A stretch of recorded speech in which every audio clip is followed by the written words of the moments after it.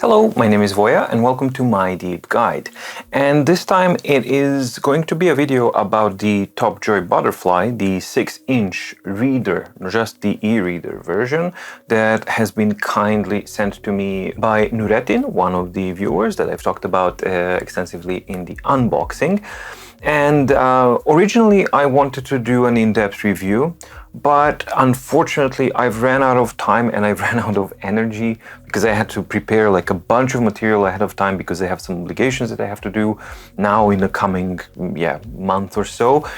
So I completely ran out of time and there's no more time to do the full-on in-depth review of the TopJoy Butterfly. However, I think that I've covered the majority of things in the in the unboxing. What I didn't was basically the battery life and just my impressions after using the device for a little while. So I've been using it for about a week or so, and this video is going to be just simply a summary regarding the TopJoy Butterfly. Well, to summarize what it is, first of all, this was a Kickstarter campaign from China, kind of dubious, a bit of a thing.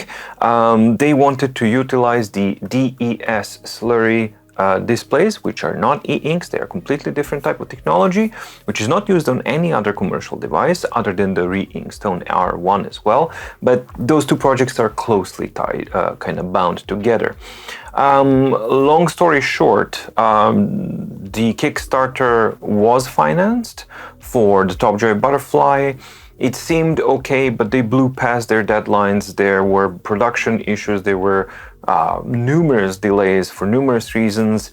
And then they finally started to kind of ship some units to some of the backers. And then they stopped shipping altogether simply because there were quality issues, which ties me into what's my impression as far as the design and the build quality goes.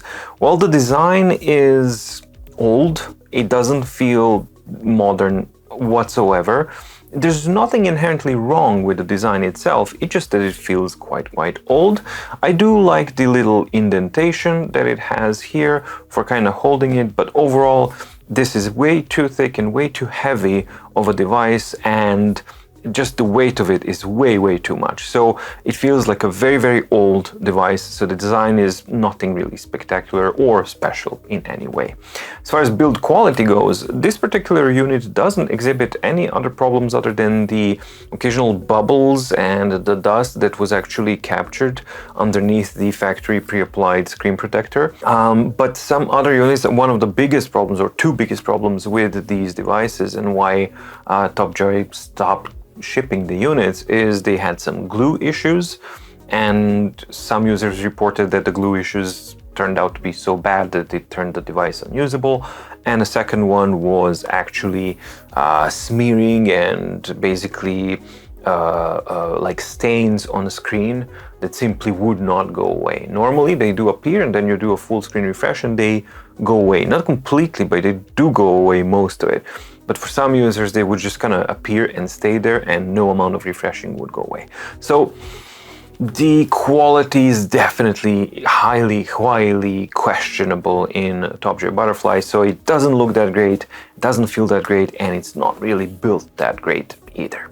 As far as the performance goes, it's okay, nothing spectacular, and quite a bit actually on the slowish side of things. The screen is a little bit slow, the device is also a little bit slow, and all of the things combined is just simply not a good device. And now we're talking about the display. I mean, that's the whole point, right? The color display.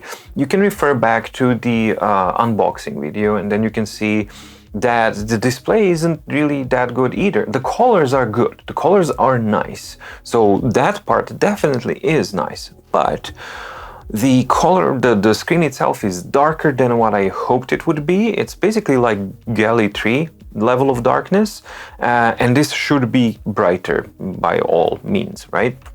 But it's not. The refresh is not that good. The ghosting is horrific on these panels. The contrast is not that good, and the clarity. The biggest problem for me on the TopJoy is the clarity. It's simply really, really bad. Now, I don't know if that has to do with the display that they are using or maybe with this screen protector that they have, but the end result is that you get pale, fuzzy, low contrast, basically images and screen that shows content in such a way, and that means that reading is a chore, reading is not that nice, and even with the colored content, unless you have really, really large letters, it's not going to be a pleasant reading experience in any way, shape, or form. Now, this was supposed to be a Google Play enabled device, but I can't find Google Play or a way to actually enable it. Now, granted, maybe I haven't spent enough time. As I said, I didn't have enough time to go in depth, but maybe a future update will actually bring a Google Play store on this device. But honestly, whether or not this has a Google Play doesn't make any difference, really, because even if I had Kindle, Kobo, or whatever on this, I wouldn't want to use it because of the screen. It's not pleasant. It's not pleasant to read. It's not pleasant to use. It's just not good at all. Now, one of the things that I tested, that I managed to test on this one, is the battery life, and the battery life with the Frontlight. Now, let's just talk a little bit, well, Frontlight after. So the battery life with the Frontlight at minimum, because the Frontlight is calibrated in such a way that it's at the minimum it glows like mad. So with the Frontlight at minimum, it was consuming 12% of battery per hour of reading, and the reading test is same like on any other device, continuously basically changing pages every 20 seconds for 1 hour, and then I measure how much it has spent. So 12% of battery life per hour is consumed by this one, which means with the Frontlight at the minimum, you can expect at around 8.33 hours per charge of reading time, of continuous reading time. With the Frontlight completely turned off, that consumption dropped off down to 8% per hour, which should give you at around 12.5 hours of continuous reading time per charge. It's nowhere near any other e-ink reader device that's out there. So this is like nowhere near a traditional e-ink reader, and the consumption is just far, far too high. As far as the Frontlight goes, as I said, you don't have a dual color Frontlight, even though they've promised that. They've delivered just the cold light, and that cold light is really unpleasant. It's not calibrated properly. At minimum, it glows like mad, and at maximum, it's just like, I don't know, what, a nuclear disaster of some sort. So no, not the Frontlight doesn't really help the case of the screen either, because it fuzzes it out, and that glowing thing against low contrast images and low contrast letters, simply not a good combination, not at all. And basically that's all the time that I have and all the effort I honestly want to put into this TopJoy kind of device, because most of the people are thankfully not going to be able to get their hands on this device. So what's the point of me doing this? Well, the point is, in a remote, like offshoot chance that maybe somewhere down the line somebody starts selling these, or they start shipping and want to sell them and things like that. This is just simply a warning to basically just stay away from this. And if you're a backer like I am, and I'm a backer who hasn't received his device yet, I backed up the 7-inch one, never actually received it. Yeah, that's I'm really sorry that you kind of ended up in the same boat as every other backer. This is not a good device, not by any means. Is it unusable? No, you can use it. So if you've gotten it, you can use it. What could you use it for? I think for comic books. For comic books, if they're large enough, with large enough text, then this device could start making sense. And that's when actually I would actually use it. Anything else like proper normal reading or anything like that, no, that's just it's a no-go, for me at least. So yeah, that's a 2-year saga or something like that. I think they started in 2020 or maybe 2021. So it's a 2-year saga with the TopJoy Butterfly, and the ending is as disappointing as the entire story was. So it's a warning cautionary tale that not all Kickstarters are alike. So just because this Kickstarter was bad, it doesn't mean that every other Kickstarter is bad. And we have the other example here, Big Me Galley. For example, they launched their Kickstarter in November, and here we are, and everybody's receiving their devices, and everything is on time, and everything is pretty much on plan. They had a tiny little delay, which is totally fine, and that's pretty much it. So, you know, it's not a one-size-fits-all type of situation that if this one sucked, then all Kickstarters are bad. No, they're not.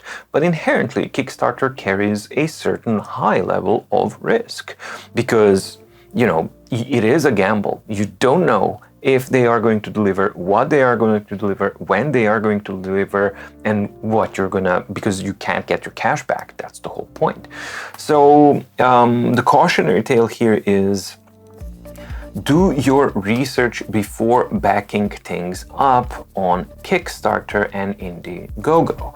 So this is what I attempted to do with the Re-Inkstone and the TopJoy here. I attempted to actually warn people a little bit about this. And I was, of course, by no means alone. JB also was pretty adamant and voiced his concern as well over these devices. So I just wanted to kind of complete this entire story and saga of these industry first DES devices. It's sad because I know that a lot of people over there in the team who were building this, they've obviously put in effort, but unfortunately, effort is not enough. Good intentions are not enough. And things like that. You need competency, you need a good business plan, you need good design, production planning. You need a lot of things to actually be able to ship out a unit that is successful. So it's a lot harder than it looks like, and TopJoy unfortunately proves that. I hope that you found the video informative, even though it's a much shorter format, and I know that it might be a disappointment for some, but honestly, even if I had time to go in depth, like, I don't know what else I would do with this device. Like, what, show you some more images of characters or letters and images? I mean, I've already done that in the unboxing, so there's really not much to this device. Yes, it's an Android. Yes, it can do these things and it can do certain things, but ultimately, do you want to use something like that? No, you really don't. Let me know what you think in the comments down below. Are you a TopJoy Butterfly backer? Have you received your unit? What your impressions are of the unit? Do you agree with my statements here or disagree? Please let us know what your perspective is, and where do you think TopJoy Butterfly might be a good fit for the areas that I might have missed, because that might be useful for some of the other viewers. I hope that you liked the video. If you did, please like and subscribe and ding the notification bell in the description below to get notified when new videos come out on mydeepguide, and also consider checking out mydeepguide.com/shop, where you can find MDO, which is a hyperlinked PDF file organizer that satisfies all of your personal or professional organizing needs in yearly, quarterly, monthly, weekly, daily, view, diary, planner, all sorts of things. In the description below, you can also find a MDO playlist, which contains a lot of videos, that contains a ton of information that can help you understand if MDO is the right product for you or not. Thank you so much for watching. Stay safe, stay healthy, and see you in the next video. Bye.